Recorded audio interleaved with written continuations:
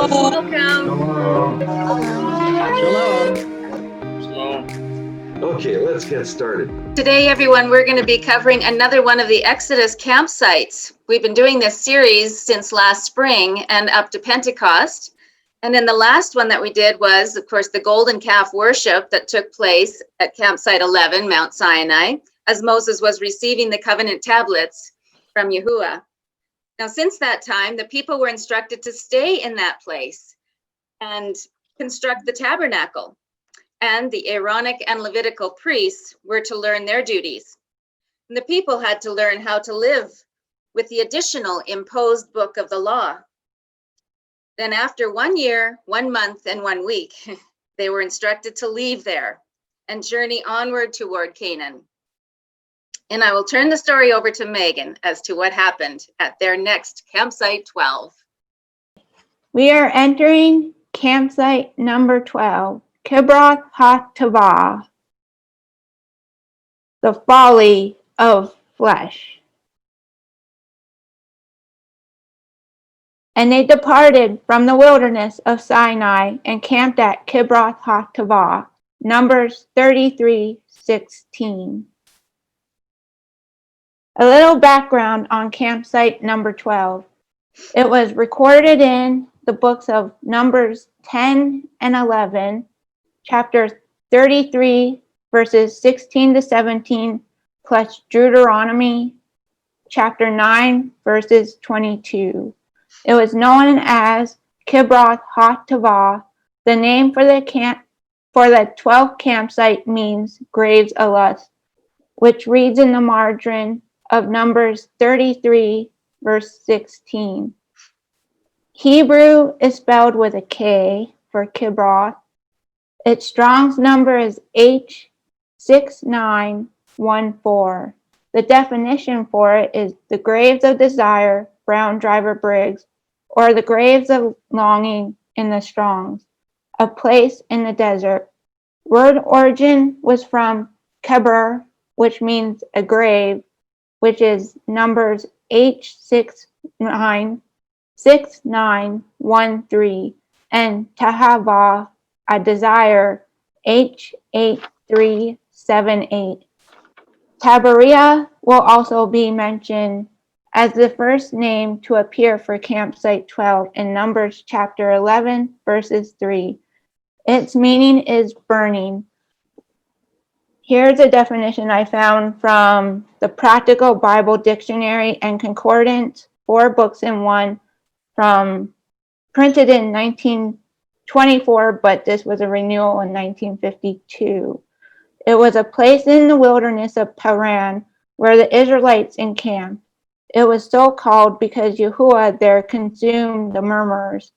The encampment remained there for a month, and the excessive eating of quail led to a pestilence, for which reason the place was called Kibroth HaTavah, or graves of lust. Now, I'm going to have to go through some grammar 101 since there's actually, as we see, 2 different names for this campsite. So, were there 42 campsites or not? There actually appears to be 3 names that come up for campsite 12. There was Tabaria, then there was Mashashe, and then Kibroth HaTavah. Question: are these 3 separate locations, or are they relating back to one location? Kibroth HaTavah, Numbers 11:3 and Deuteronomy 9:22 seem to shatter the Numbers chapter 33 construct of 42 campsites. Deuteronomy 9:22 says, "And at Taberah, and at Masha, and at Kibroth HaTavah, you provoked Yahuwah to wrath." So I went through and looked up the definitions for each of those words. Tabaria is Strong's H8404, which means burning and a place in the desert.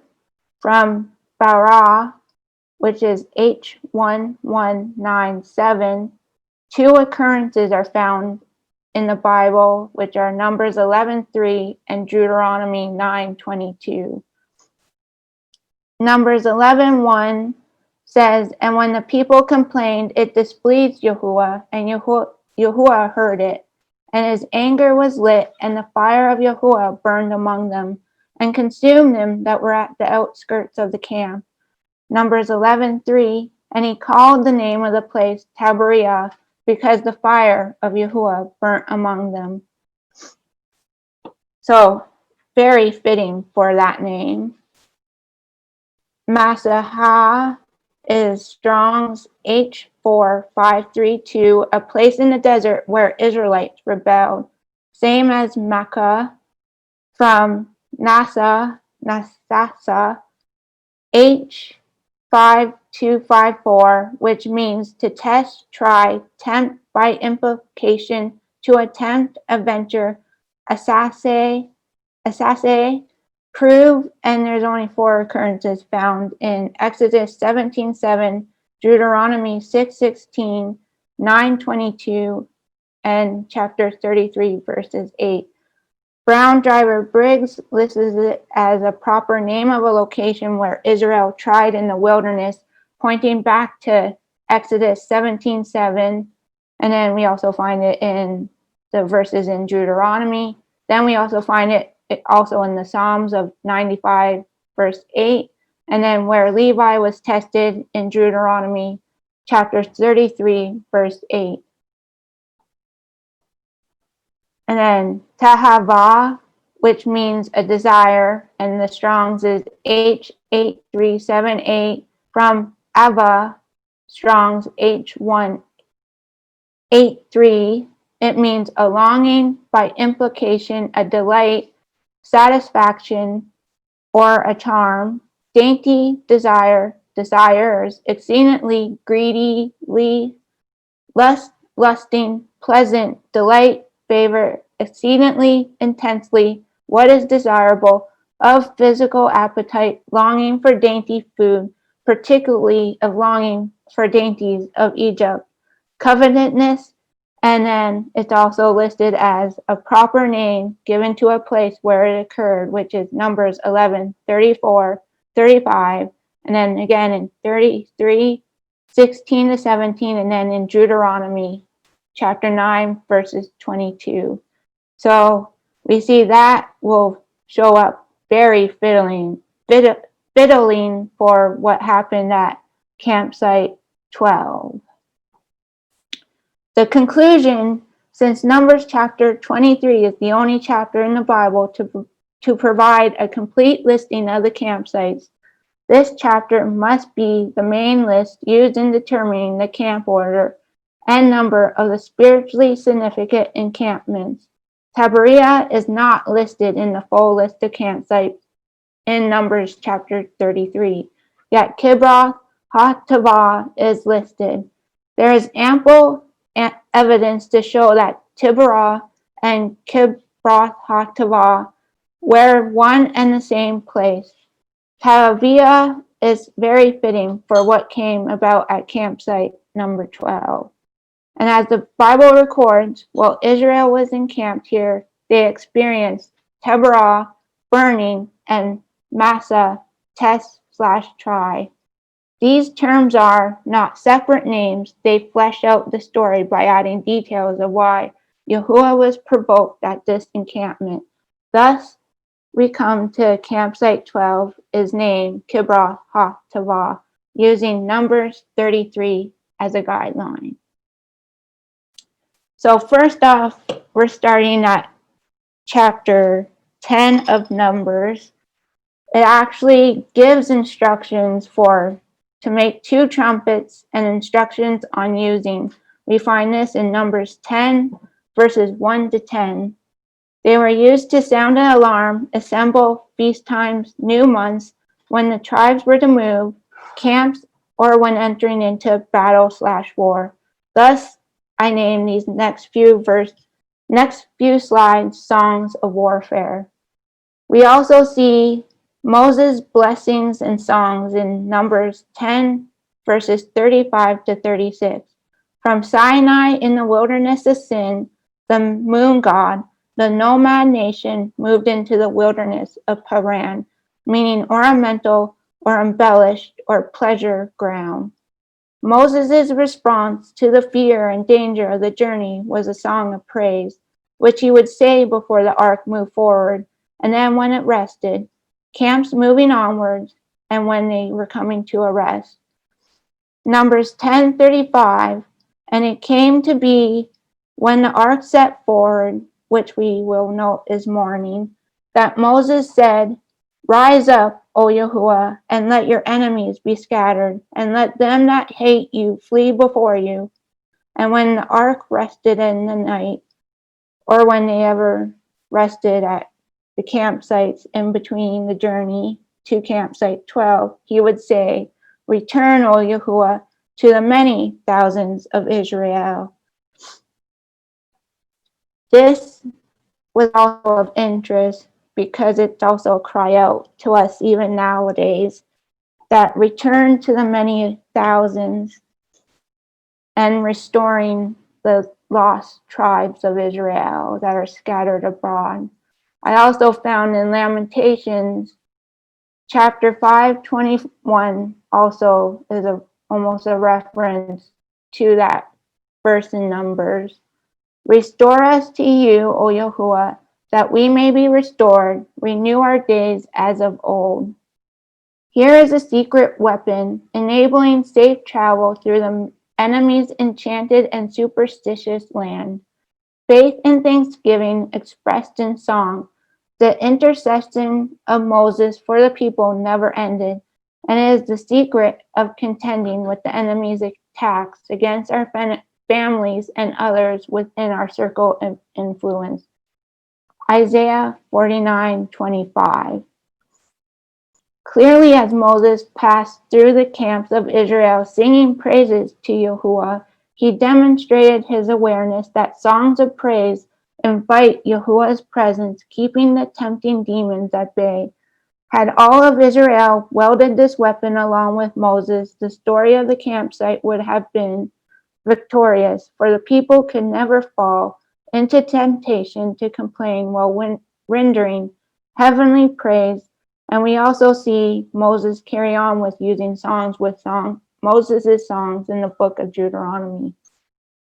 Also, we see in the battle against Jericho, significantly foreshadowing the future fall of Babylon, the weapon used against this impregnable city was praise. This battle is another example of the place praise holds in final Israel's spiritual arsenal, which is amazing. I never would have thought of songs as a spiritual arsenal weapon. Also in Deuteronomy 20, verses 3-4, it says, When you draw near to battle, hear, O Israel, you are drawing near today to battle with your enemies. Do not let your heart faint. Do not fear or tremble or be afraid before them. For Yahuwah your Elohim is he who goes with you to fight for you against your enemies to save you. Psalms 23:4. Though I walk through the valley of the shadow of death, I will fear no evil, for you are with me. Your rod and your staff, they comfort me. Psalms 106, verses 47-48. Save us, O Yahuwah our Elohim, and gather us from among the nations, to give thanks to your Kodesh name, to exalt in your praise. Blessed be Yahuwah Elohim of Israel, from everlasting to everlasting. And all the people shall say, Amen, Hallelujah. To gain victory over the spiritual and superhuman demonic powers we face on this fallen world, we must remember two key concepts. One, we are not battling against a human foe. Scripture notes not flesh and blood. Two, such spiritual battles can only be fought with heavenly weapons. Ephesians 6:12 says, For we wrestle not against the flesh and blood, but against principalities, against powers, against the rulers of the darkness of this world, against spiritual wickedness in high places. 2 Corinthians 10:3-5 says, For though we walk in the flesh, we do not war according to the flesh. For the weapons of our warfare are not carnal, but mightily through Elohim to the pulling down of strongholds, casting down imaginations and every high thing that exalts itself against the knowledge of Elohim, and taking captive every thought to be obedient to HaMashiach. Lamentations 3:5-57. You drew near in the day that I called upon you. You said, fear not. David noted the power of praise as a heavenly weapon in Psalms 149. Praise Yah, sing to Yahuwah a new song, and his praise in the congregation of saints. Let Israel rejoice in him that made him. Let the children of Zion be joyful in their king. Let them praise him in the dance. Let them sing praises unto him with the timbrel and harp. For Yahuwah takes pleasure in his people. He will beautify the meek with salvation. Let the saints be joyful in glory. Let them sing aloud upon their beds. Let the high praises of El be in their mouth, and a two-edged sword in their hand, to execute vengeance upon the heathen and punishment upon the peoples, to bind their kings with chains and their nobles with shackles of iron, to execute upon them the judgment written. This honor have all his saints. Praise ye Yahuwah. Psalm 68, verses 3-4. But let the righteous be glad. Let them rejoice before Elohim. Yea, let them exceedingly rejoice. Sing unto Yahuwah. Sing praises to his name. Exalt him that rides upon the Shamayim by his name, Yah, and rejoice before him. Psalms 81:1.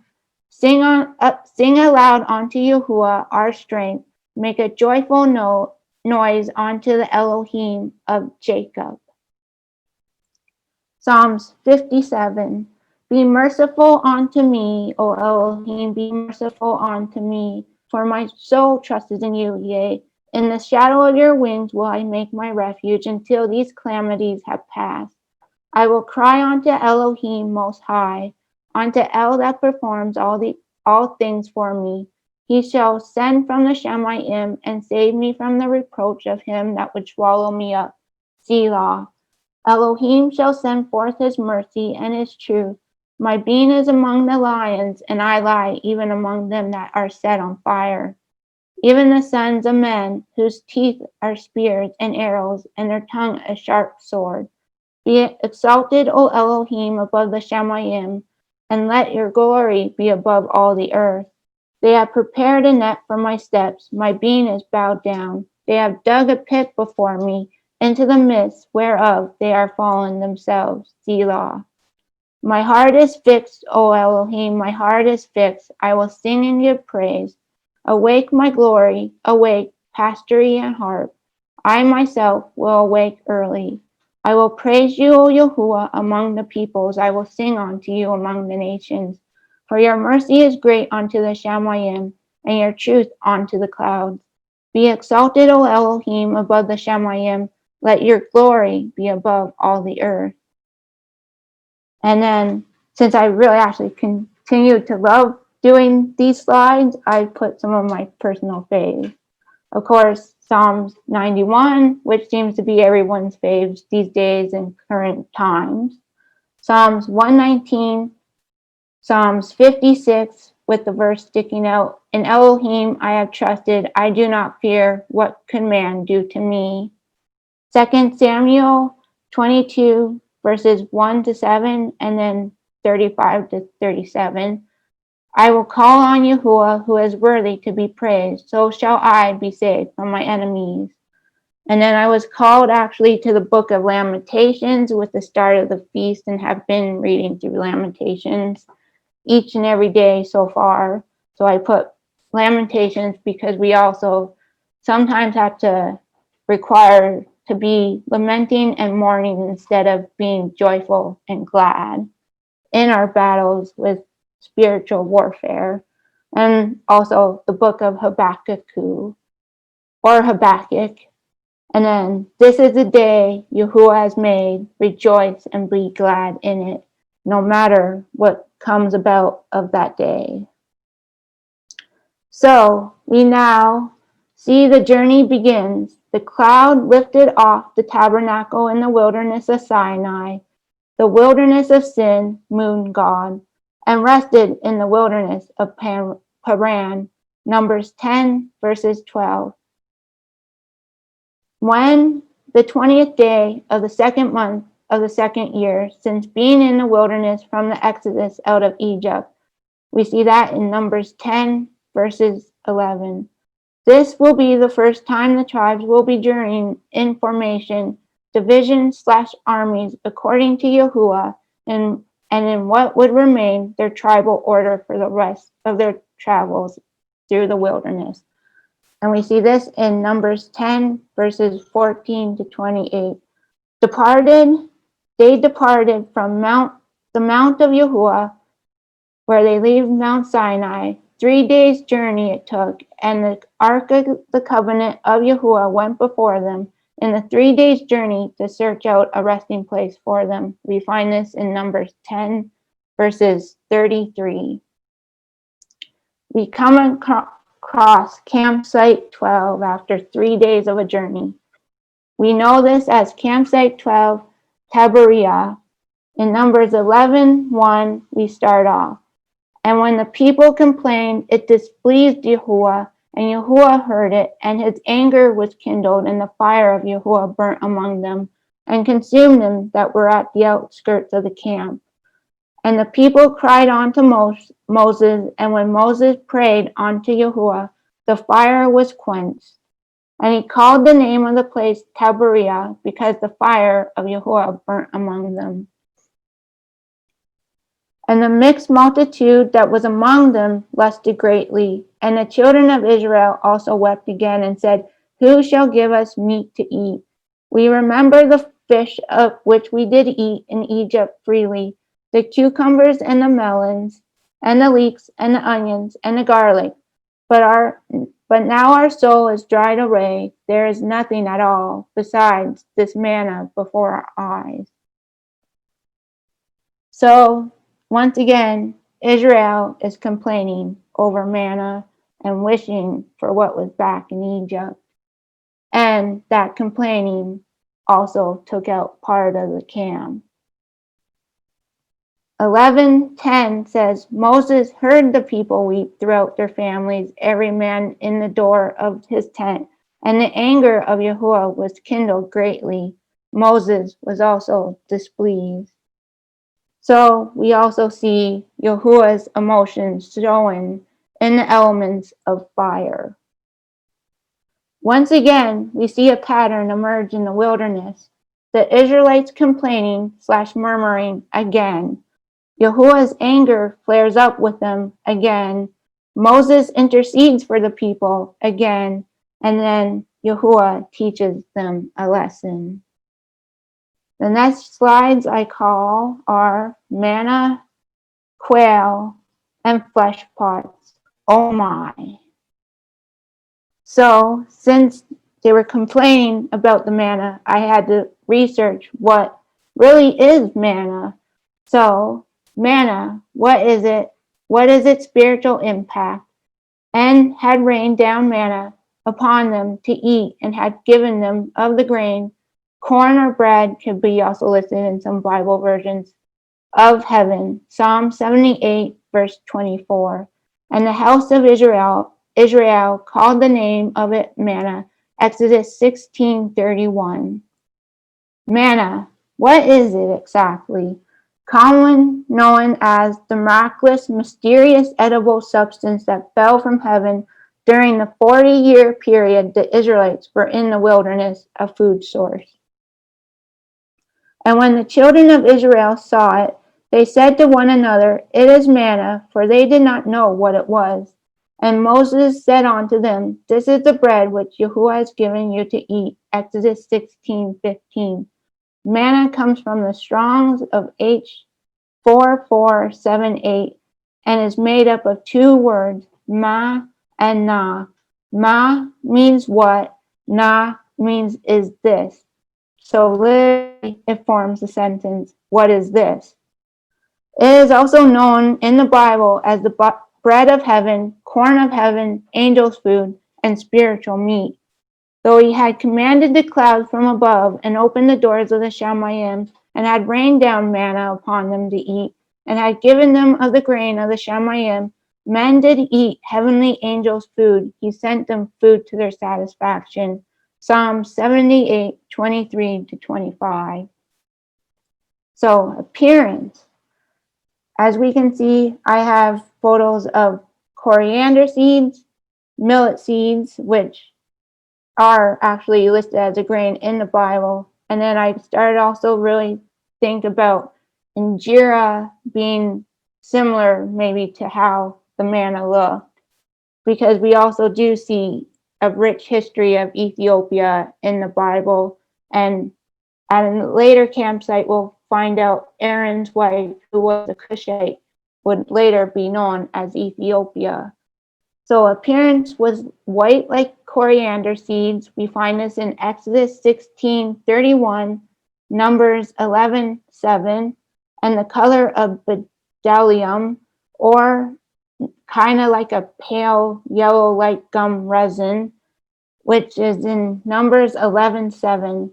It's also been described as a fine flaky substance like a blanket of frost or hoarfrost in the King James, and a fine crystal-like look. We find this in Exodus 16:14. The taste was like wafers made with honey. We find this in Exodus 16:31. And when it was made into cakes, it tasted like pastries prepared with olive oil in Numbers 11:8. The people ground it on millstones or beat it in a mortar to make a flour, and they would bake it in pans, made it into cakes, bread, porridge, pancake like flatbread, etc., etc. Manna, a lesson in faith. Deuteronomy 8:3 says, "And he humbled you, and you suffered to hunger, and fed you with manna which you knew not, neither did your fathers know, that he might make you know that man does not live by bread only, but by every word that proceeds out of his mouth. Of Yahuwah does man live." Deuteronomy 8:16, "Who fed you in the wilderness with manna which your fathers knew not, that he might humble you, and that he might prove you to do you good at your latter end." We also see in the Lord's Prayer, "Give us this day our daily bread." So I really looked at it as our daily bread and our provision. Manna was collected each day except on the Sabbath, the day of rest, which no manna would fall. Each person was given a double portion to gather and bake or cook on the 6th day to store up for the 7th day. We find this in Exodus 16:22-27. They gathered it in the morning, but once the sun waxed hot, which some people say was approximately the 4th hour, maybe around 10 a.m., it would melt in the heat of the sun, and we find this in Exodus 16:21. They were given enough for the day to feel satisfied. Go out and gather a day's portion. Exodus 16:4, 16, and 18 all note this. They were allowed an allotment of an omer for each being according to their household. And now I tried to look up what measurements would be today for what an omer would be, and there's a discrepancy between about 2.6 liters and 3.64 liters. And so some are kind of going off by the 3.64 liters, and I roughly found that would be about 43 ounces of manna for an omer.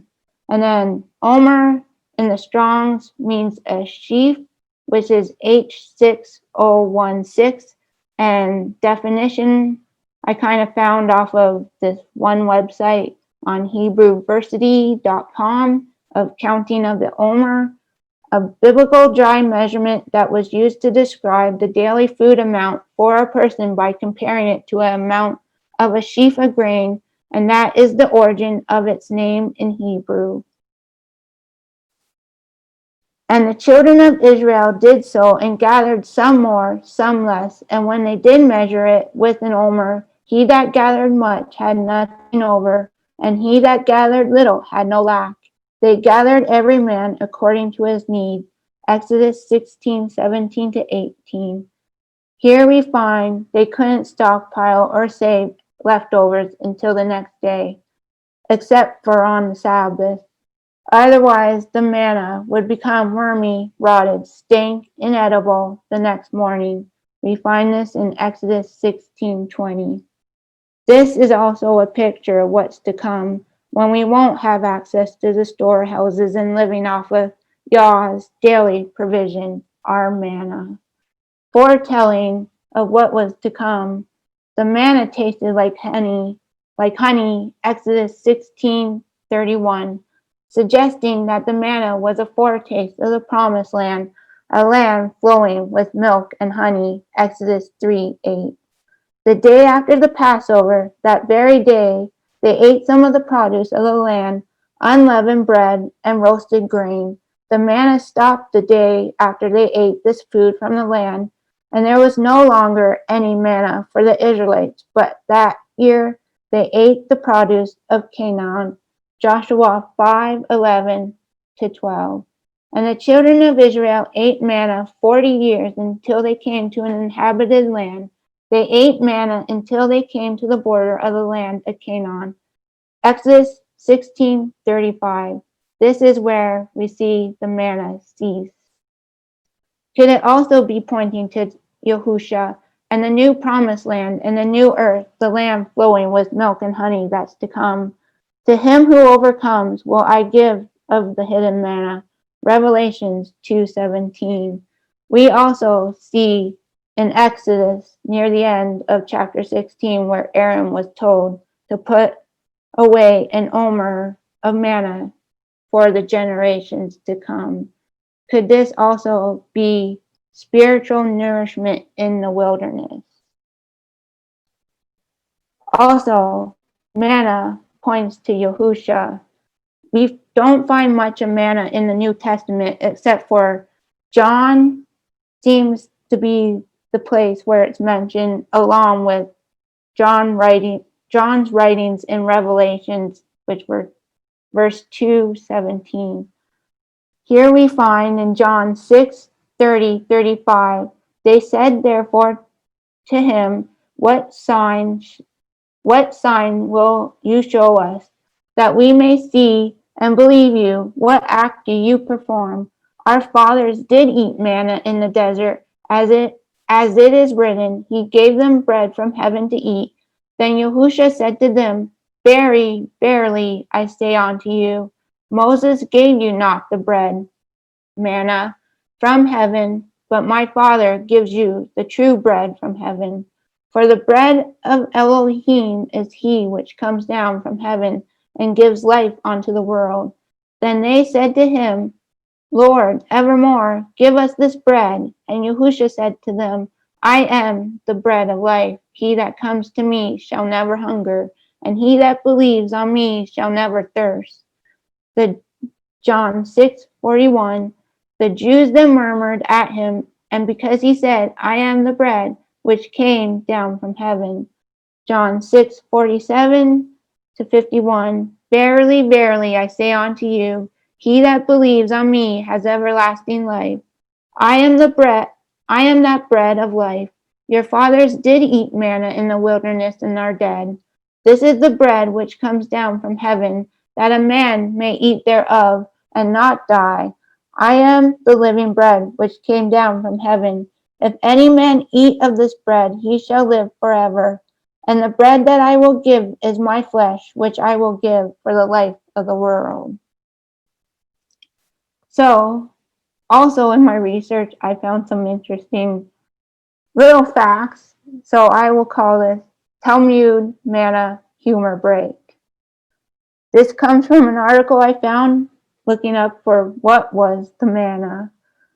The manna was adapted to taste of each individual. To the adult, it tasted like the food of an adult. Well, it tasted like breast milk for a baby. By wishing one could taste in the manna anything desired, whether beef, fruit, or grain.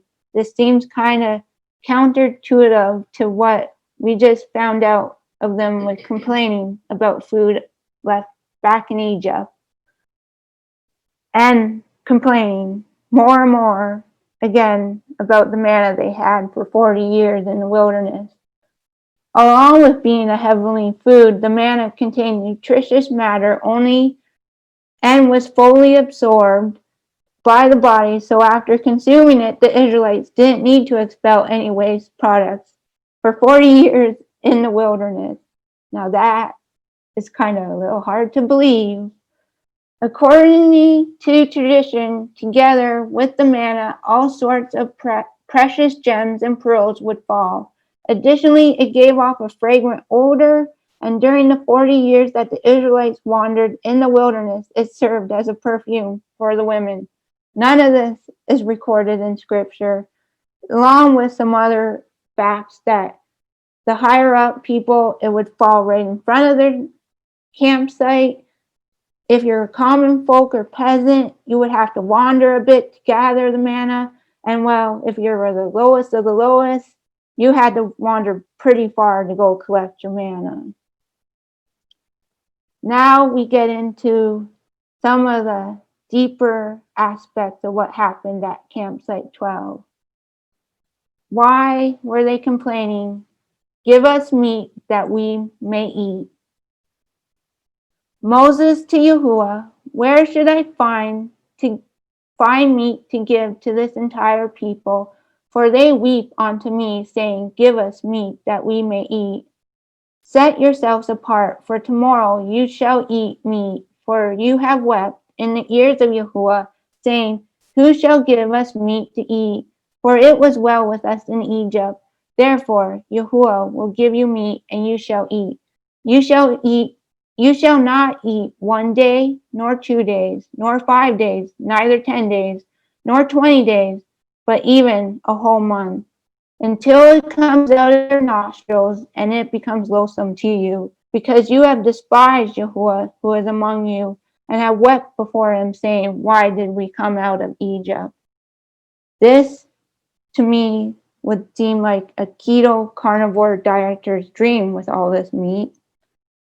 After repeatedly listening to verse 20 on audiobook, this actually starts to make me gag and putrefying. Do not say, Why were the former days better than these? For it is not wise of you to have asked about this. Ecclesiastes chapter 7, verse 10. This, again, they were complaining about being back in Egypt. Days of old is the backward pole. The what ifs, the life was better back then, the comfort, the familiar, the securities that we had once had. Can it be a call out also to us these days where our security and our familiarity can be disrupted? The days when we will be needing to come out of the wilderness, everything we know, comforts are all left behind. And some days lately, I've been finding that is a call that's coming sooner to others than we know. And it's a picture to not look back. We also see quail come again at Campsite 12. So I have listed the family's origin name for quail and Hebrew. So in Hebrew, it's Zelav, and its Strong's number H7985. A dictionary meaning for it is a small, short-tailed, old-world game bird resembling a tiny partridge, typically having brown camouflage plumage, abound in the Arabian desert and migrate northward, usually up to the European parts in the spring in numerous flocks. I took this from an old Bible dictionary I had. I also listed from the 1961 Collins Etymological and Reference Dictionary other meanings for the word quail, which seem very suited to what happened to the Israelites in the wilderness. To crush, to subdue, to lose spirit, to shrink, to cower. Webster's Dictionary 1828 definition, quail in English signifies to sink or languish, to curdle, and to crush or quail. To sink into a dejection, to languish, to fail in spirits, little used, to fade, to wither, obsolete, to crush, to disperse, to sink, to subdue. This is also obsolete, and the word is now written quail, which is Kuell. It also has a different meaning for what quail could be, and I also found a lot of disruption in if it was quail or not actually in the Bible. But we're going with it was the main sea contrunix and what the Strong's numbers says. This will be also the second time we see quail and manna in the wilderness. Quail and manna accounts between Exodus versus Numbers.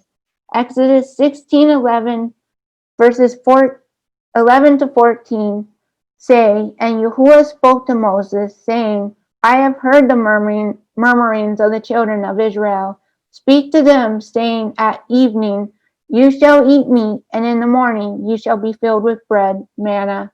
And you shall know that I am Yahuwah, your Elohim. And it came to pass that at evening the quails came up and covered the camp, and in that morning the dew lay all around the camp, and when the dew that lay was gone up, see upon the face of the wilderness there lay a small round thing, as small as the frost on the ground. Numbers 11, verses 31 to 33.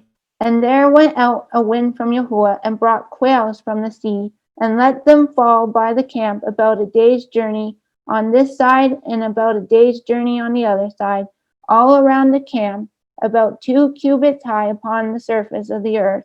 And the people stayed up all that day, and all that night, and all the next day, and they gathered the quails. He that gathered least gathered 10 homers. And they spread them out for themselves all around the camp. So between these two accounts, we also see days start come about between what was supplied, either quail or the manna. And I also tried to look up what 10 homers would be in our measurements.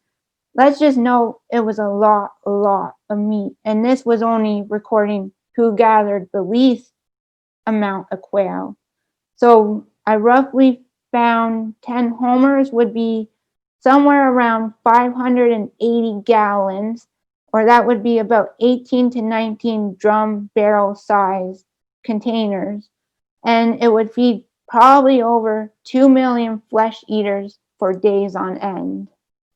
That is a lot and a lot of quail. Exodus 16 has no manna found on the seventh day. Yah was teaching the Israelites a lesson to set apart the Sabbath day. They had no hoard collecting a quail. Manna was at the forefront, which rotted, stunk, and was unable to be stored for the next day except the Sabbath day. There was no plagues and no death. Numbers 11:33 to 34, we find, And while the meat was yet between their teeth, before it was chewed, the wrath of Yahuwah was lit against the people, and Yahuwah smote the people with a very great plague. And he called the name of that place Kibroth Hattaavah, because there they buried the people that lusted. Thus we get the names Graves of Lust and what will become a mass burial site at Campsite 12. I also wondered about flesh pots. It's been on my mind since one of the previous campsites, and it does come up in the Exodus 16 story. So I had to investigate to figure out what flesh pots were. Hebrew is two words put together, so shur for pots and haba bashar for flesh, meaning pot of flesh or meat. Specific reference to flesh pots was Exodus 16:3. In the King James Version, it lists flesh pots. Most other versions just list pots. It spoke of how the Hebrews fared in the land of Egypt. Complaint included, when we sat by the flesh pots and ate bread to the full. Now, it was kind of hard to figure out if this was actually a meat source or unclean meat or what have you, because really, when you look back into history at the regular diets of peasants and slaves, it was very uncommon for meat to be a regular consumption. Most times, meat would be a source for holidays, or if you got the grizzly end pieces that the slave owners didn't want. However, Numbers 11:4-5 appear to indicate that fish was also considered as flesh. Webster's Dictionary 1828 definition is a vessel in which flesh is cooked, hence plenty of provisions. Exodus 16:1 is listed as a reference. Vessels are one of 6 kinds of cooking utensils, spoken of as pots, pans, cauldrons, a vessel for boiling meats, or basins, most likely made of earthenware or metal, probably bronze, used for the cooking of meals / meat, stew or soup-like meals. Others include boiling water and for washing. Exodus 16:1-3. Dictionaries these days list flesh pot as a place offering unrestrained pleasure or amusement, which is so very fitting for the lust that happened at Campsite 12. Maybe this is actually why it so got its name, flesh pots. We also need to look at what is meat in Bible sense, food of any kind. What is flesh? Seed of appetites, also used to describe food, meat, or fruit, and veggies. Could flesh pots be a potage or pot cooked? What is a potage? A thick stew of meat or vegetables, including beans / legumes or a combination, is from Old French potage, that which is put into a pot. We find in Genesis 25:29-30, and Jacob cooked potage, and Esau came from the field, and he was faint, and Esau said to Jacob, please feed me with that same red potage, for I am faint. Therefore was his name called Edom. Then Jacob gave Esau bread and a potage of lentils, and he did eat and drank, and rose up and went his way. So Esau despised his birthright. We also find it mentioned in 2 Kings 4:3-8, put on the large pot and boil stew. I also found this interesting verse this past week from Isaiah 65:4, which also could point to defilement of what was in their flesh pots or cooking vessels. Who remain among the graves and lodged in the monuments, who eat swine's flesh, and the broth of unclean meat is in their vessels. What does the Bible say about lust and the flesh? Ephesians 2:3 says, among whom also we all used to have our conduct in times past in the lust of our flesh, fulfilling the desires of our flesh and of the mind, and were by nature the children of wrath. Galatians 5:17 says, for the flesh craves what is harmful to the Ruach HaKodesh, and the Ruach HaKodesh oppresses the desires of the flesh. And these two are contrary to one another, so that you cannot do whatever you please. Lamentations 2:4, and he says, and he slays all who delighted the eye. Romans 8:5-8. For they that are after the flesh do mind the things of the flesh, but they that are after the Ruach, the things of the Ruach. For to be carnally minded is death, but to be spiritually minded is life and peace. Because the carnal mind is enemy against Yahuwah, for it is not subject to the law of Yahuwah, neither indeed can be. So then they that are in the flesh cannot please Yahuwah. James chapter 1 verses 13-15 says, Let no man say when he is tempted, I am tempted by Yahuwah, for Yahuwah cannot be tempted with evil, neither tempts he any man. But every man is tempted when he is drawn away by his own lust and enticed. Then when lust has conceived, it brings forth sin, and sin, when it is finished, brings forth death. Here temptation and lust of the fleshly appetite had a stronghold on the nomadic mixed multitude children of Israel at the 12th campsite. Ungratefulness bred dissatisfaction, which quickly grew into a bitter and rebellious protest. That seems very interesting to some things that are happening these days. The children of Israel began to backbite, murmur, complain, and weep. Whereas they had indulged in the sin of complaining, next they compounded the evil by adding lust to their rebellion. And from just previous events that had happened at Mount Sinai, they were ignoring the covenant blood ratified they had made with Yahuwah to continue to covet flesh again. Not only was Yahuwah's anger lit, but Moses was also displeased with the children of Israel himself and couldn't take it anymore. I am not able to bear this entire people alone because it is too heavy for me. He even cried out it would be better if he died. We find this in Numbers 11:10-15. Could there be a connection between diet and morality? Ignoring the impact dietary lusts have on moral strength, Israel demonstrated a pattern of repeatedly falling into the lust of the flesh.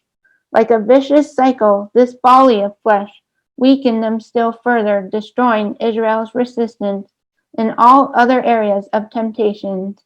At Kibroth HaTavah, the children of Israel were again lusting for the gratifying foods of Egypt and complaining about the simple vegetarian diet Yahuwah had provided. They were tired of the manna-only vegan diet, questioning where were the rich and nutrient-dense foods. Health and a simple diet Yahuwah provided wasn't enjoyable to them.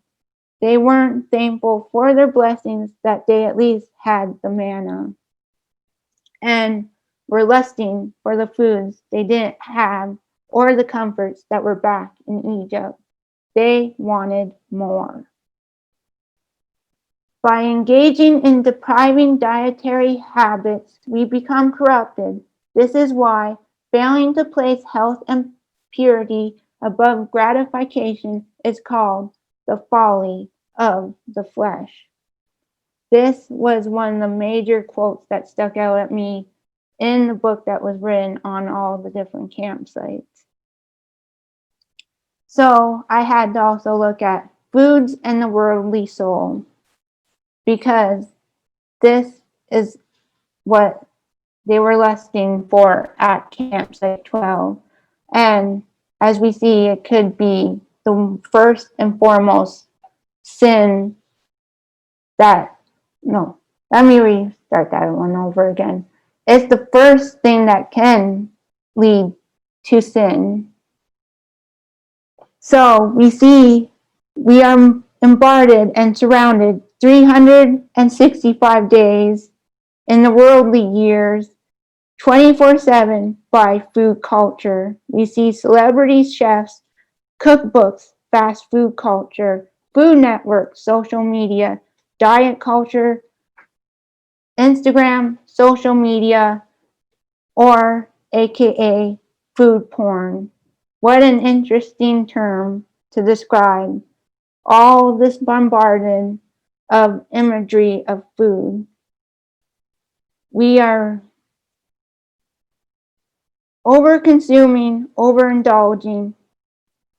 We're seeking gratification from food and we're enslaved to the lust of it. Foods and sin equal the lust of the eyes plus the lust of the flesh. The first sin with Eve being tempted in the garden revolved around food choices. And don't we also see the gluttoniness that comes about in our own lives over food, especially around holiday times? So I went through scripture and also looked what scripture had to say about foods and the worldly soul, because we also know gluttony is never a good light in the Bible. Ecclesiastes 6:7 says, all the labor of man is for his mouth, and yet the appetite is not satisfied. Proverbs 23:20-21, be not among heavy drinkers, among gluttonous eaters of meat, for the drunkard and the glutton shall come to poverty. Proverbs 21:17 says, he that loves pleasure shall be a poor man, he that loves wine and oil shall not be rich. And then Hebrews 12:16, lest there be any fornicator or profane person as Esau, who for one morsel of meat sold his birthright.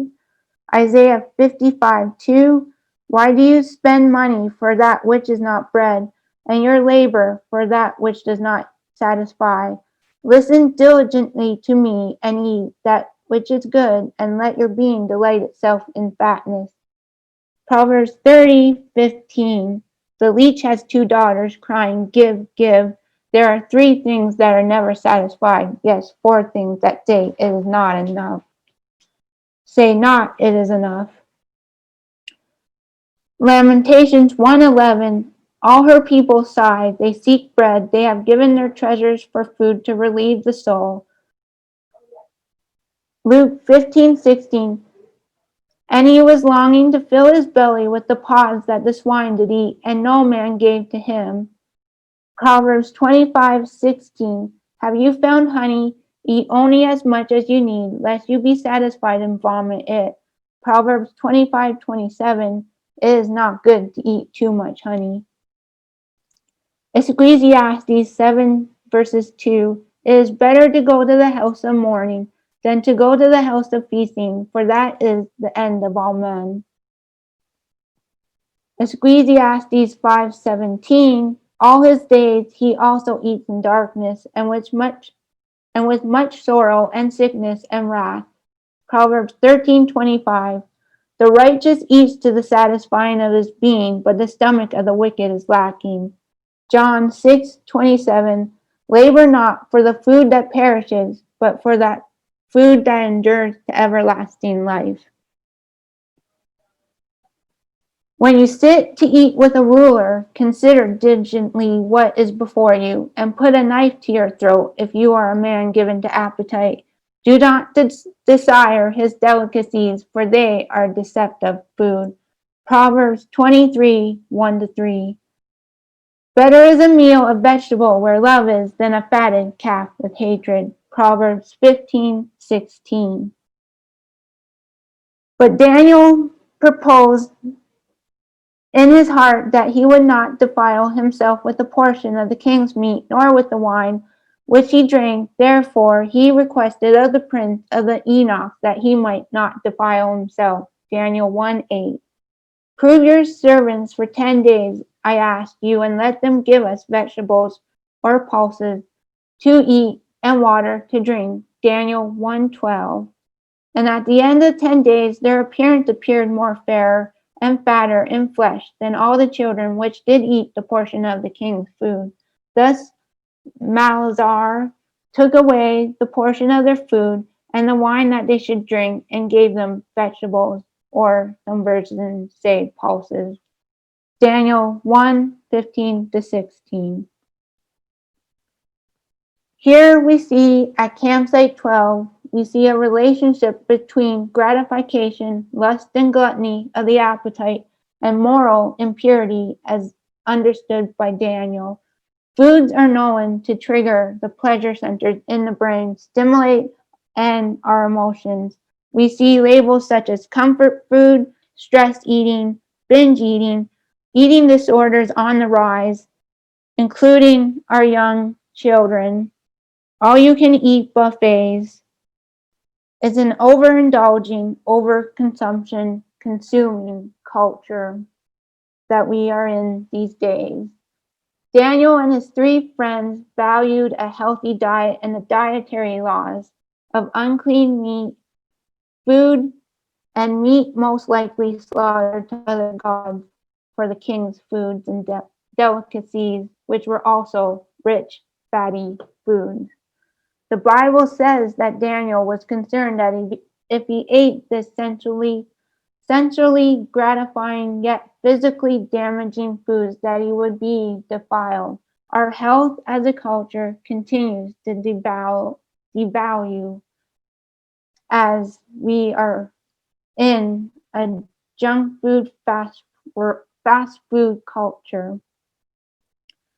Dietary laws are a foundation, clarity, and they set us apart, especially when you say to somebody, you do not eat bacon.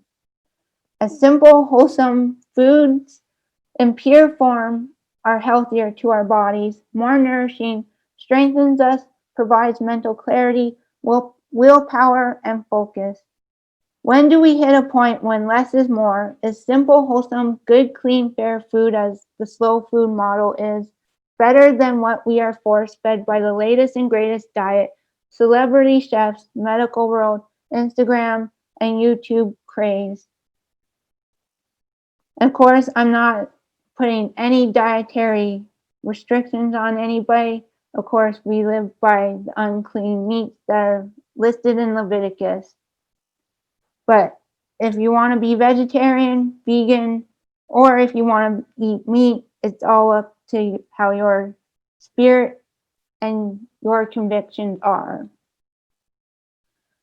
Old habits die hard. Changing mindset, lifestyle, and habits is a battle between the carnal mind and flesh with the spiritual body. When you tackle the lust of food habits and regimes, you can handle other sins in life. Maybe this was also what Yahuwah was trying to teach at campsite 12 with the plague. Behold, today I am setting before you a blessing or a curse. If you diligently obey the voice of Yahuwah your Elohim and do what is right in his eyes and shall listen to his commands and shall guard all his laws, I shall bring on you none of the diseases I brought on the Mizraite Egyptians, for I am Yahuwah who healed you. Exodus 15:26. Of the pestilence that walks in darkness, of the destruction that ravages at midday, 1,000 fall at your side and 10,000 at your right hand, but it does not come near you. Psalms 91:6-7. We also see another blessing. When you walk through the fire, you shall not be burned, neither shall the flame kindle up on you. Isaiah 43:2. Could the plague that took out the Israelites at campsite 12 been related to fire? I started to question this pretty much the other night, actually. So I could have went further into this whole fire thing, but this is what I got through so far, because in Numbers verses 11-18, we also see that they were told to set themselves apart before the quail came. We also see this line up with Exodus 19:10 and 11, where they were also told to sanctify themselves and to cleanse themselves. And so we see, so they did eat and were well filled, for he gave them their own desire. They were not removed from their lust.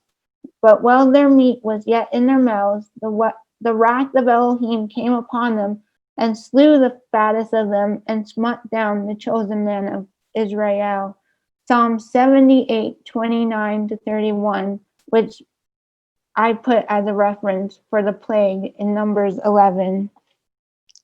We also see, I didn't have time to write this one down, in Psalms 106, verse 18, and a fire burned in their company, and a flame consumed the wicked. So with their complaining, they were also considered wicked, and Yahuwah despised them. And the wrath of Yahuwah burned against his people, we see in Psalms 106:40. And then this one really stuck out at me from Malachi 4, verse 1 and 3, which actually came about from Matthew Nolan's teaching on Revelations part 21. For behold, the days that shall burn as an oven, and all the proud, yes, and all that do wickedly shall be stubble, and the day that comes shall burn them up, says Yahuwah of hosts, and it shall leave them neither root nor branch, and you shall tread down the wicked, for they shall be ashes under the soles of your feet in the day that I shall do this, says Yahuwah of hosts. Psalms 97:3, a fire goes before him and burns up his enemies round about. Could this be the trial by fires? We also see prophesying in Campsite 12, and we find these two men, Eldad and Medad. Who are these two unknown men that prophesied within the camp? Both were not present for the authorized anointing of the 70 elders at the tabernacle, which we see was still set up outside the camp. Numbers 11, verses 16-17, note this, and 24-26. And also, why did Joshua want Moses to make them stop prophesying, and Moses rebuking Joshua for wanting them to stop? We find this noted in Numbers 11, 27-29. In the book on the campsites she listed that Eldad means God is love, and Medad means loving justice. What did these men prophesy? It's very unknown because it doesn't say, and there's not much written on Eldad and Medad. There are some sources listing an ancient reference to a book of Eldad and Modad, which spells the biblical Medad with an O instead of an E. This book is now considered lost for hint, hint, Dead Sea Scrolls, and is believed to have contained their prophetic utterances. Eldad and Medad's name could directly relate to the prophecies they uttered during this experience at Kibroth HaTavah, pointing to end of times. Eldad and Medad seem to be a type of the two witnesses of Revelations 11 who prophesied in Jerusalem in the later days. In Revelations 11, the two anointed ones are given the message and power of Moses, and they prophesied in the streets of Jerusalem for 42 months, comparable to the message of the 42 campsites mentioned in Numbers 33. They also have the message and power of Elijah, so their power and witness is complete as suggested in the prophecy of Malachi. Malachi chapter 4, 4-5. I will send you Elijah the prophet before the coming of the great and dreadful day of Yahuwah. Could they have prophesied what's to come in the end of times and the battle with Gog and Magog, which we will see Jeanette continue on? Thank you, Megan. That was great. Yeah, you did a really complete study.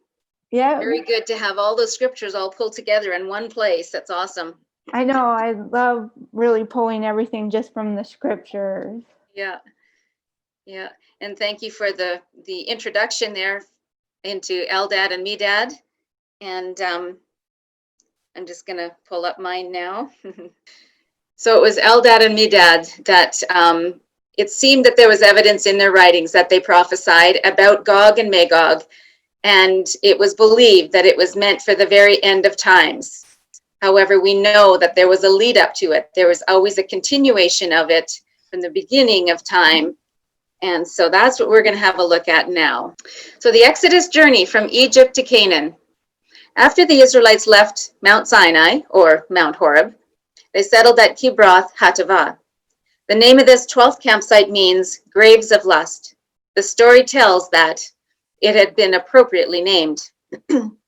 One part of the story here is that there were two witnesses that were raised up to comfort Israel and assure them of Yahuwah's protection and intervention in the coming conflict with Gog and Magog. This presentation is a brief summary of who or what is Gog and Magog. We will look for clues and descriptions that may lead to the footprints of its identity. Most of all, we need to be able to recognize when it may overtake Israel, Yahuwah's land and people in the future. Or would we be able to recognize if it is currently trying to overtake Israel, Yahuwah's land and people? So let's look at definitions of Gog and then Magog. Gog, it just says mountain. And then it is a name for an Israelite of the line of Reuben in 1 Chronicles 5, 3-6. And it says, the sons of Reuben, the firstborn of Israel, were Hanok and Palu, Hezron and Carmi. The sons of Joel were Shemaiah, his son, Gog, his son, Shemai, his son, Micah, his son, Reahiah, his son, and Baal, his son. I just underlined that one too for interest's sake. And Bera, his son, whom Tilgath-Pilsner, king of Assyria, carried away into exile. He was leader of the Reubenites. And then also Gog is known as a prince of Scythia, with references in Ezekiel 38, 39, and Revelation 20. The Strong's Concordance says that Scythians are a barbarous people north of the Black Sea. And my ordinary dictionary defines Scythia as an ancient region that extended over parts of Europe and Asia, north of the Black and Caspian Seas and eastward. Now Magog, it says, is a son of Japheth, Genesis 10:2, along with other sons, Gomer, Magog, Madai, Javan, and so on. It was also written the same in 1 Chronicles 1:5. And Magog is also a descendant of Magog, as in the following scriptures. Now, the scripture is going to be taken from NASB, unless I otherwise note. So here in Ezekiel 38, verse 2 and then 3, Son of man, set your face toward Gog of the land of Magog, the prince of Rosh, Meshech, and Tubal, and prophesy against him and say, Thus says Yahuwah, behold, I am against you, O Gog, prince of Rosh, Meshech, and Tubal. Listed here with Tubal gives us the clue that this is the Meshech, which is the son of Japheth, and not Shem's, because Shem also had a son named Meshech. And there's another note I need to make. By looking up the word Rosh, Rosh is only listed as a son of Benjamin, and he did not give rise to a tribal family. And the King James says chief prince, which fits with Hebrew for Rosh, meaning head. Therefore, a better reading could be, set your face toward Gog, the chief prince of Meshech and Tubal. So Rosh probably isn't really a name of a tribe of people in this case. Okay, continuing Ezekiel 38, but verse 14. Therefore prophesy, son of man, and say to Gog, Thus saith Yahuwah, on that day when my people Israel are living securely, will you not know it? You will come from your place out of the remote parts of the north, you and many peoples with you, all of them riding on horses, a great assembly and a mighty army. Verse 16, and you will come up against my people Israel like a cloud to cover the land. It shall come about in the last days that I will bring you against my land, so that the nations may know me, when I am sanctified through you before their eyes, O Gog. Thus says Yahuwah, are you the one of whom I spoke in former days, through my servants the prophets of Israel, who prophesied in those days for many years that I would bring you against them?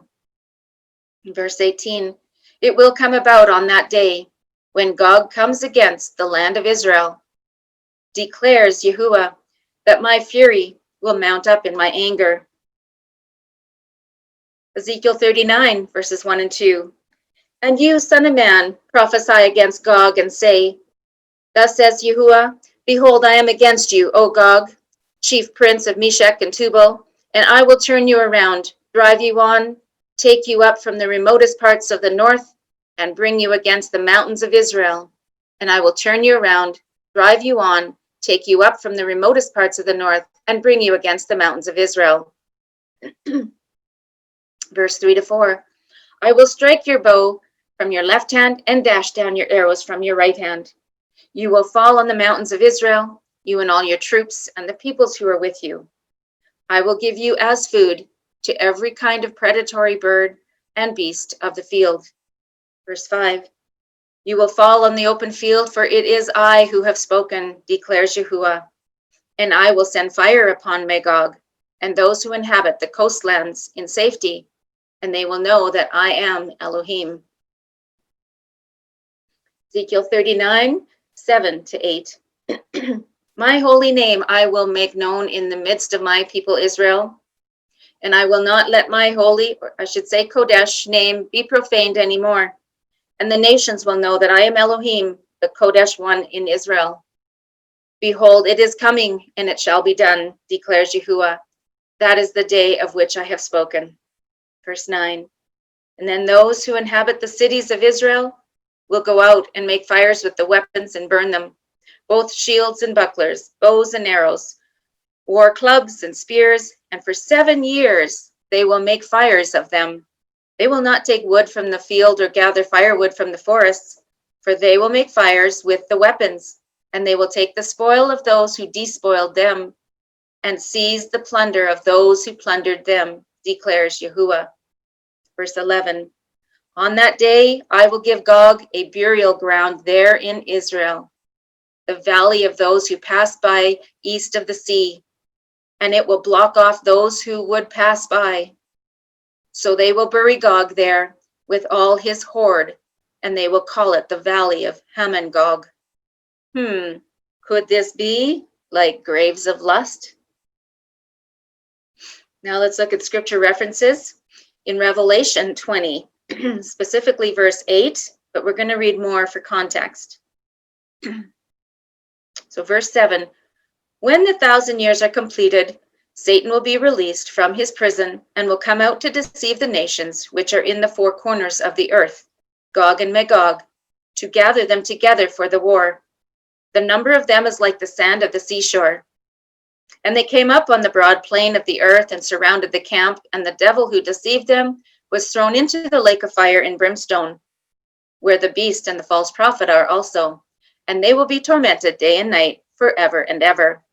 Then I saw a great white throne, and him who sat upon it, from whose presence earth and heaven fled away, and no place was found for them. And I saw the dead, the great and the small, standing before the throne, and books were opened, and another book was opened, which is the book of life. And the dead were judged from the things which were written in the books, according to their deeds. Verse 13, and the sea gave up the dead which were in it, and death and Hades gave up the dead which were in them, and they were judged, every one of them according to their deeds. Then death and Hades were thrown into the lake of fire. This is the second death, the lake of fire. And if anyone's name was not found written in the book of life, he was thrown into the lake of fire.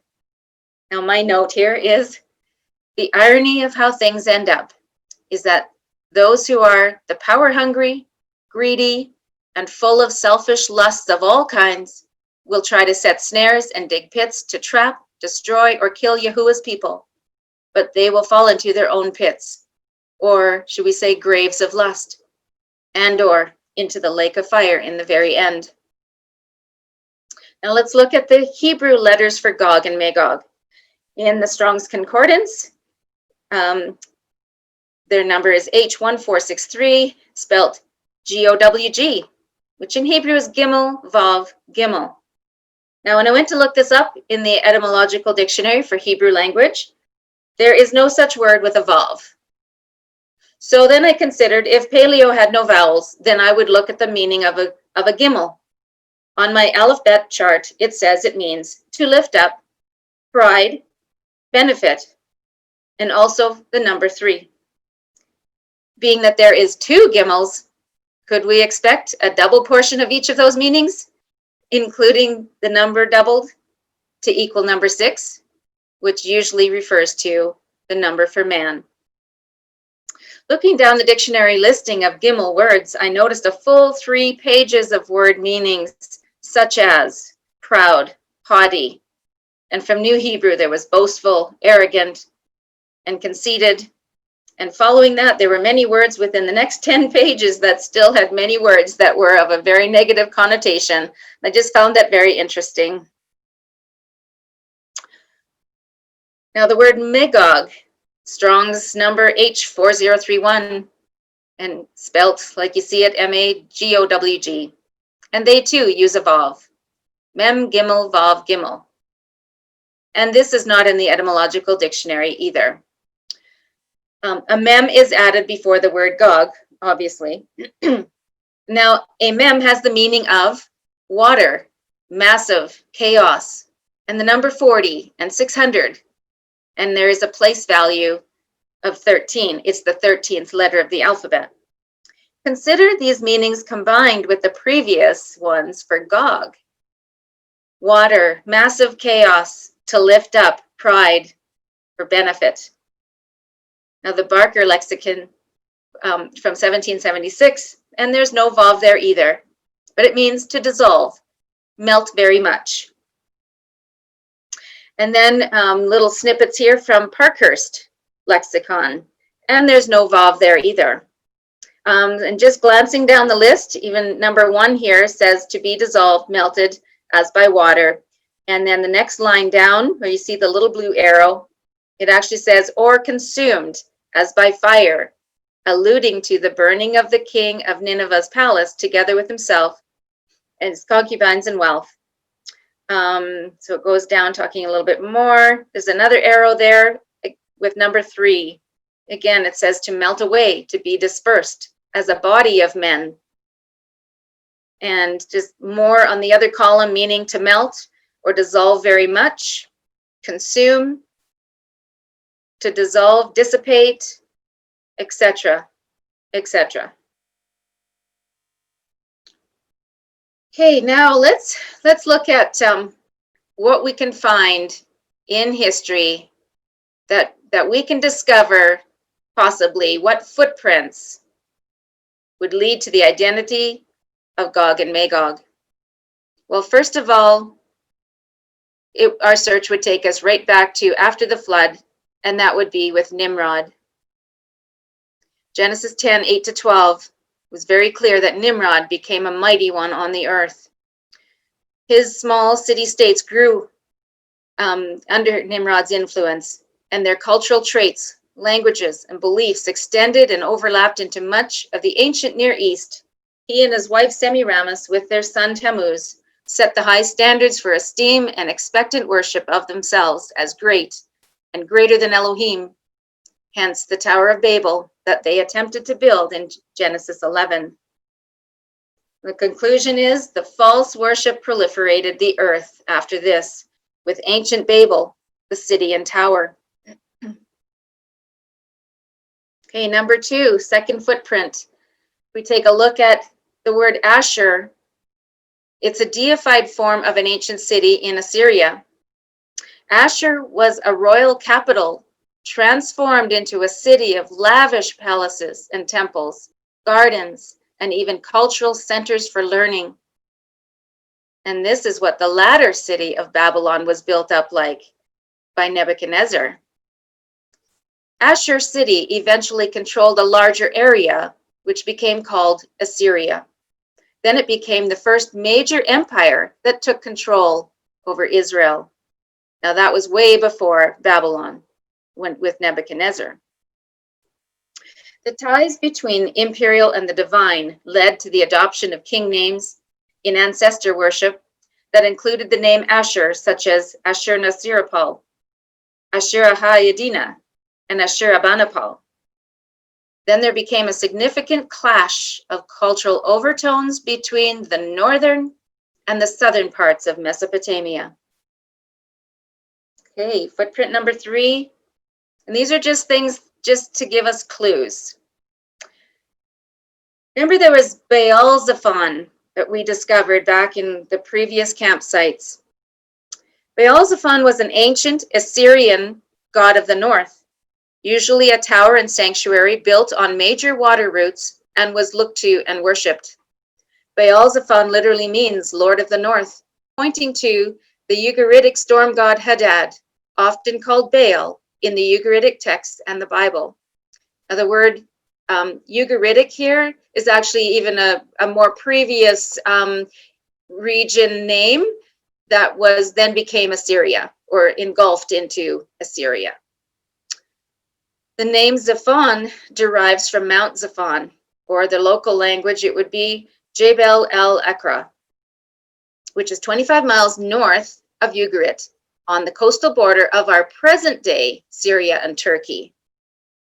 Now, because Baal-zephon was considered a protector of maritime trade, sanctuaries were constructed in his honor around the Mediterranean by his Canaanites and Phoenicians. Baal-zephon was there in Egypt during the exodus of Israel at campsite number 3, Pi-hahiroth, before they crossed the Red Sea. Remember Exodus 14, when Moses is told, turn back and camp before Pi-hahiroth, between Migdol, which is the tower, and the sea. You shall camp in front of Baal-zephon, opposite it, by the sea. Okay, footprint clue number 4. The words Lord of the North. This actually comes from storm god Hadad, and it's equivalent to Baal. Could Baal, Lord of the North, actually be a counterfeit of Elohim's throne that is said to be in heaven in the north? Satan is always trying to take Elohim's identity, position, and power. And of course, he works through men and their ideas. Let's consider Isaiah's words, chapter 14, verse 12. How you have fallen from heaven, O star of the morning, son of the dawn. You have been cut down to the earth, you who have weakened the nations. But you shall say in your heart, I will ascend to heaven. I will raise my throne above the stars of Elohim, and I will sit on the mount of assembly in the recesses of the north. I will ascend above the heights of the clouds. I will make myself like the Most High. Okay, number 5. Enlil, and then Marduk as the chief deity, and then Ashur becomes Enlil. What? What a circle of confusion and chaos. Enlil was bull of heaven and was in a supreme triad along with Anu, An, god of heavens, and Enki, the god of wisdom and earth. The Sumerian word Lil means ghost or even haunted, so it's interpreted as Lord Ghost. But that doesn't make any sense, so it was reinterpreted as Lord of the Air and was a deity representing sky or atmosphere.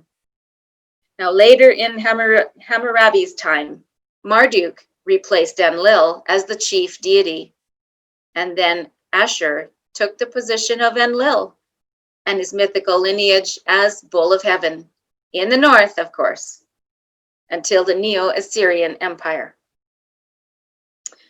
Okay, my 6th clue, looking for the footprints. There was equivalence.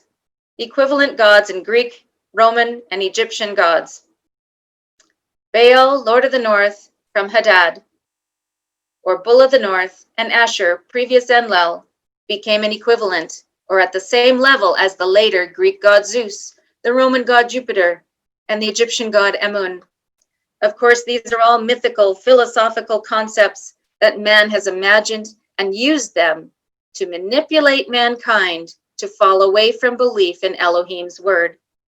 And then, to keep outsmarting the people, they were morphed and changed into slightly different or interchangeable images and meanings from generation to generation, and so on, and so on, and so on, up until even today. How about Nebuchadnezzar? Here he is on the scene again. He rebuilds Babel, and he exiles Yehudim Israelites there. The proliferation and the spread of this false worship continued despite Elohim's miracle to discontinue the building of the tower and city of Babel and make the people groups spread out according to their new language. Genesis 11, you know the story. But much, much later, Babylon rose up again as a world ruling empire under Nebuchadnezzar's dynasty. That influenced all the nations again. He specifically took the Yehudim, or the Judean Israelites, into exile to Babylon. Most people would just call them the Jews, but I think specifically, or technically, they are Yehudim, or Judean. Now notice the star, lovely 6-point star. This is a key to how this world deception got morphed into an organization of beliefs that fully utilized the concepts of the chosen people of Elohim and set up headquarters for training their leaders. Of course, they became called rabbis. The Babylonian Talmud was developed there. These top schools are still there today in modern-day Iraq, training the elite rabbis who were sent out to run synagogues everywhere throughout the world diaspora. Number 8, we have a clue here from Cyrus, the king of the Medes and Persians. He was known as a just ruler. He set Israelites free and ordered the temple to be rebuilt for worship of Elohim again. People feel his stories and his writings can be trusted because he was trusted. The historical writings of King Cyrus tells that he set out on a journey to the ends of his kingdom. Then he reaches a body of water that was heavier and dark and murky, so visibility into the water was shallow because of thick algae. It is called the Black Sea. Then it is noted that he turned and journeyed toward the rising of the sun, of course east, and came to a pass between two mountain ranges. He came across a people whose language was very different, but they were able to communicate eventually, and the people said, "Gog and Magog are committing acts of facade in our territory. O king, can you help us? Can you build a barrier to protect us from these people?" And please note that this comes from a YouTube series that I had watched, 6 parts, under the name Identification of Gog and Magog, and by Sheikh Imran and Nasser Hossein. Anyways, it was very interesting to see history written from another angle. Cyrus answered them, "What I need from you is your labor, your manpower, and I will build a barrier for you. Bring me blocks of iron." So this had to be an area that had large deposits of iron, which there is in the Caucasus Mountains. And he said, "This barrier is created in consequence of Elohim's kindness and grace." He then instructed them to put molten copper over the iron blocks to avoid rust. That's very wise.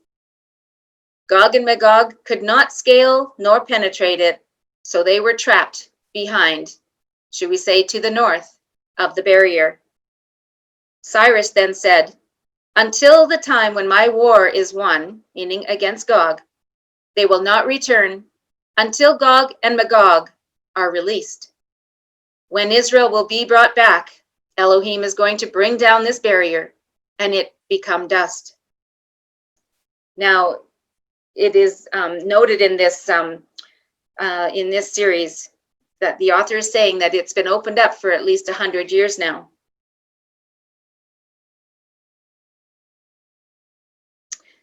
Okay, we're continuing with the people north of the Caucasus. In the Caucasus mountain range, there's only one pass, and it's called the Dariel Pass, or Darieli Gorge, on the border between Russia and Georgia. On the north side were the people called Khazars, who converted and became Jews for political convenience in 740 AD. They didn't care too much for Torah or the laws of diet, etc. They were Jews as a nation, not a religion. Some of them converted from Judaism and became Christian, probably Byzantine initially. By 965, they were militarily overrun by Vikings, and then in 1140 were overrun by the Mongols and driven down into Eastern Europe, it said.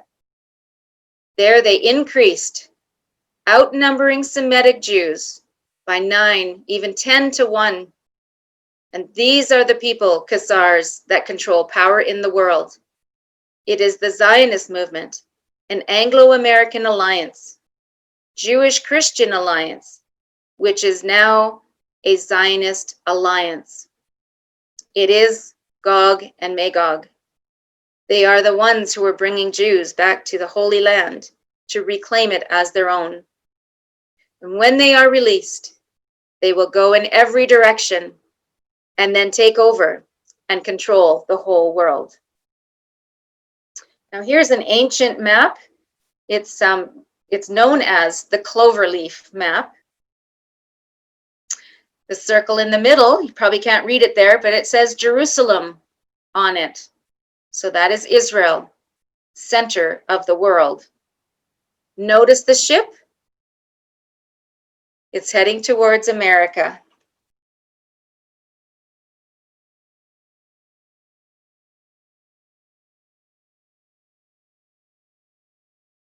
Oh, hang on, I'm trying to move this over here. Sorry, hang on a second. I can't move my pictures. Anyways, number 9, our clues come from the definitions themselves of Gog and Magog. Remember in the beginning, we went over definitions? We're just going to review some of them and put them together. The first definition of Gog indicated that it was the people north of the Black Sea. Magog was said to be the land of the people of Gog. Now that we understand that Gog of Europe, for the Anglos, became an alliance with America, it may make sense why it was a mem added in front of the word Gog to get Magog. The mem having the meaning of massive water and chaos could be a clue of this organization crossing the ocean to the Americas and increasing their chaos.